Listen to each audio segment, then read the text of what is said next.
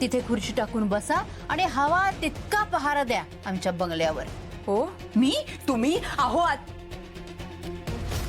जास्तच बोलते ही सुल्लू.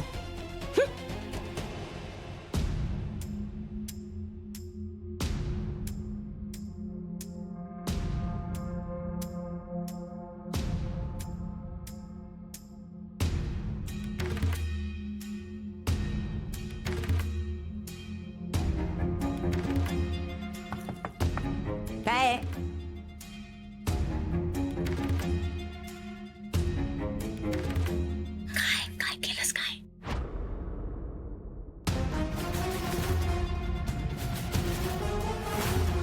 आता खेळ सुरू.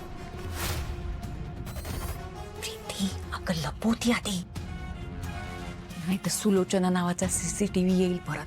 चल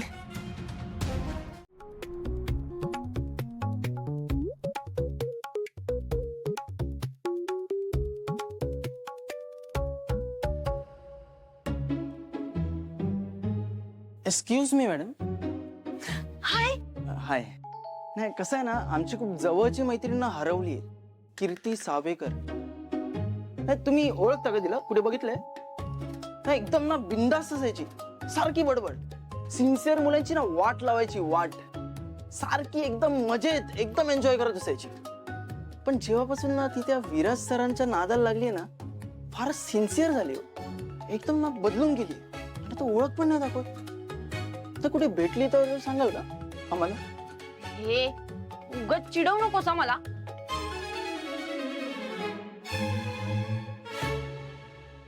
जी आत दाबलेली कीर्ती बाहेर काढली ना तर मग बघ तुलाच कठीण होईल. माहितीये तुला चांगलं. अगं मग काढ की बाहेर, आम्ही त्याची तर वाट बघतोय.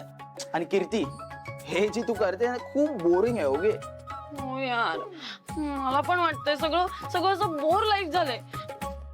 आपण किती मजा करायचो पहिले. बापरे, रोज मस्त बंक मारायचो, बाहेर हिंडायचो. मला परत परत मजा करायची, मस्त दंगा घालायचाय, मला राडा घालायचाय, पुन्हा टाइमपास करायचाय. चल आपण ना. अगं मग थांबवलंय कोणी? चल कॅन्टीनला जाऊया. येस चल लगेच.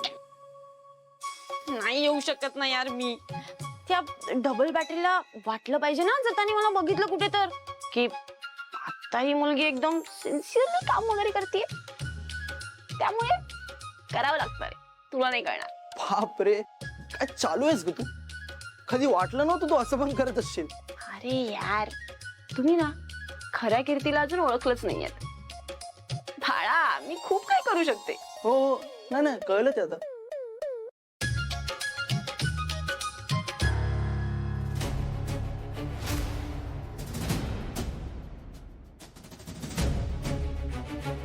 ज्योतीची शंका बरोबर होती बहुतेक. हा तोच मुलगा असेल का? नक्की हाच असेल, म्हणूनच तर या दोघांचं हे सगळं सुरू आहे. यांचा बंदोबस्त करायलाच हवा. ज्योती तू टेन्शन घेऊ नकोस, माझं तुझ्या बहिणीवर पूर्ण लक्ष आहे. काय चाललंय रे तिकडे?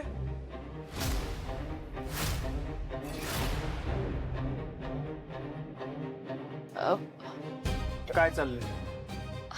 सर मी ते आम्ही ना गप्पा. सर मी नावं लिहिलीत, मला जेवढी सुचली ती नावं लिहिलीत. आणि तू, तुला लेक्चर नाहीये? सर त्याचं ना ऍक्च्युली. कीर्ती, पहिल्यांदा लॉंग ड्राईव्हला चाललोय. त्याचं काय कौतुक आहे? सॉरी. म्हणजे अहो, आपण लॉंग ड्राईव्हला चाललोय तर खूप छानच गोष्ट आहे, पण त्यापेक्षाही दुसऱ्या गोष्टीचं जास्त कौतुक वाटतंय मला. कुठल्या? तुमच्या कष्टाचं आणि प्रामाणिकपणाचं. अहो, किती कष्ट करता तुम्ही. म्हणजे आता सुद्धा सहज तुम्ही बोलू शकला असता की मी कामावर नाही जात किंवा आज सुट्टी घेतो, पण तुम्ही तसं नाही केलं. तुम्ही कामाला प्रायोरिटी दिलीत आणि मग बाकी गोष्टींना. खरंच ही गोष्ट तुमच्याकडून शिकण्यासारखी आहे. अहो, हे सगळं बाबांकडून शिकलोय मी जे घडलोय ते सगळे बाबांचे संस्कार आहेत. दीपवर पण बाबांचे संस्कार असतील ना? म्हणजे अहो, दीपला सुद्धा काम करायला आवडत असेल ना. मला आठवतंय त्या दिवशी सिल्कच्या साड्यांचा माल आला होता ना घरी, तेव्हा हो किती सहज त्याने ती सिल्कची साडी आहे की नाही ओळखलं. खरंच त्यांना सुद्धा ना बाबांसारखंच आवडत असेल काम करायला. त्याशिवाय थोडी त्यांनी असं पटकन ओळखलं असेल नाही का. खरं तुमचं. दीप ना खूप इंटरेस्ट घेऊन काम करत असतो दुकानाचं. त्याच्या हाताला जर एखाद्या कपड्याचा स्पर्श झाला ना तर तो डोळे झाकून ओळखू शकतो ते कुठलं कापड आहे ते. तो झोकून देऊन काम करत असतो. पण तुम्हाला माहिती आहे बाबांना त्याचं कामात ढवळाढवळ करणं अजिबात आवडत नाही. त्यामुळे त्याच्या मनात जरी असलं ना दुकानात येणं तरी तो येऊ शकत नाही. हा पण बाबा जेव्हा कधी बाहेर गेले असतील किंवा घरीच असतील तेव्हा मात्र तो नक्की येत असतो.